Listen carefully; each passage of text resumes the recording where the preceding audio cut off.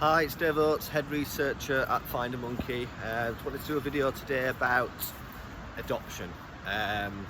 Something that comes up a lot when we're looking for lost family. An adoption, how's it work? What's the situation where adoption is concerned? Because it is different to people who are just looking for a lost relative who they're not separated through adoption. So there's quite a lot of difference, and the main reason for that is that there are there's significant legislation and laws and regulations around looking for people who've been separated through adoption. So I'm going to quickly try and explain some of the differences that are involved. So we'll start with adopted people first who are looking to find a birth relative. So if you were adopted and you are interested in learning more about your birth family, then you are entitled to access the information that's held about you in your adoption file so that you can learn more about your family. Now, some people might know what their name was at birth without that access to that information. If they do, then you can apply for a copy of your own birth certificate quite easily through the General Registrar, and you get a copy of that, and that would name your birth mother at the very least. Often when someone's adopted, no birth father is named, so quite often you won't get a father's name on there. And that effectively means you could know the name of your birth mum and then in theory start the process of trying to find that person through other public records like births, marriages and death records, and then through use of electoral registers and other online websites like 192 you can begin the process of actually trying to track that person down. And that you don't need the help of any agency to do. Obviously there's a question that would be raised about whether it's appropriate to make contact, and that's the thing where an intermediary really does come in. But it is up to the adopted person to decide how they go about it. So that's kind of how it works. In terms of how you access your full records, adoption records, you have to go to the agency effectively that dealt with your adoption originally. That's problematic these days because many historical adoption agencies no longer exist, although their records legally have to be kept for 75 years historically. Now it's 100 years. So they should exist, but it can be difficult tracking them down.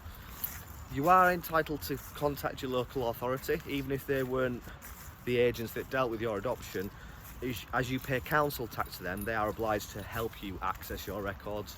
But I would forewarn anybody who's thinking about going through that process, it's usually quite time consuming because you usually go on a waiting list. That your local authority then has to try and track your records down, which can be quite a time consuming process.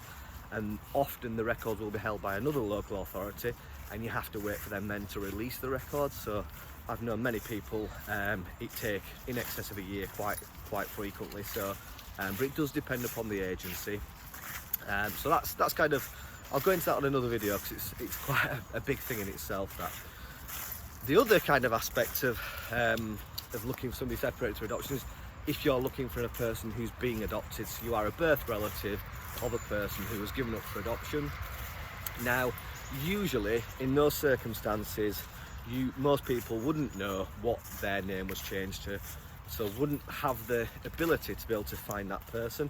And unlike the adopted person having right to access the records, the birth relatives do not have any right of access to that information, so they cannot find out what the adopted person's name was changed to, and they're not allowed to contact them without the use of a registered intermediary.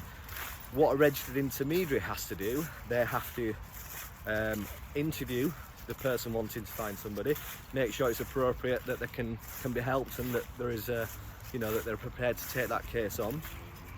Then once they've agreed to do that, they have to track the records down, and they have to effectively access the records to find out if that adopted person has ever accessed their adoption file, because an adopted person has the right to register what we call a veto, which would mean effectively they are not allowed to be contacted. So if you were adopted and don't ever wish to be contacted by a birth family, then what you should do is register a veto to stop anybody ever trying to get in contact with you if that's something you didn't want to happen. A birth relative can go back to the same agency, and let's say a birth parent didn't want contacting from an adopted person, they can register a wish for no contact, which actually isn't quite the same thing as the veto, because let's say if the adopted person wanted to find out information about a birth relative and there was a wish for no contact noted on the file, but that person needed to find out important medical information, then an intermediary could decide that it would still be appropriate to try and contact them. So it's quite different for adopted people.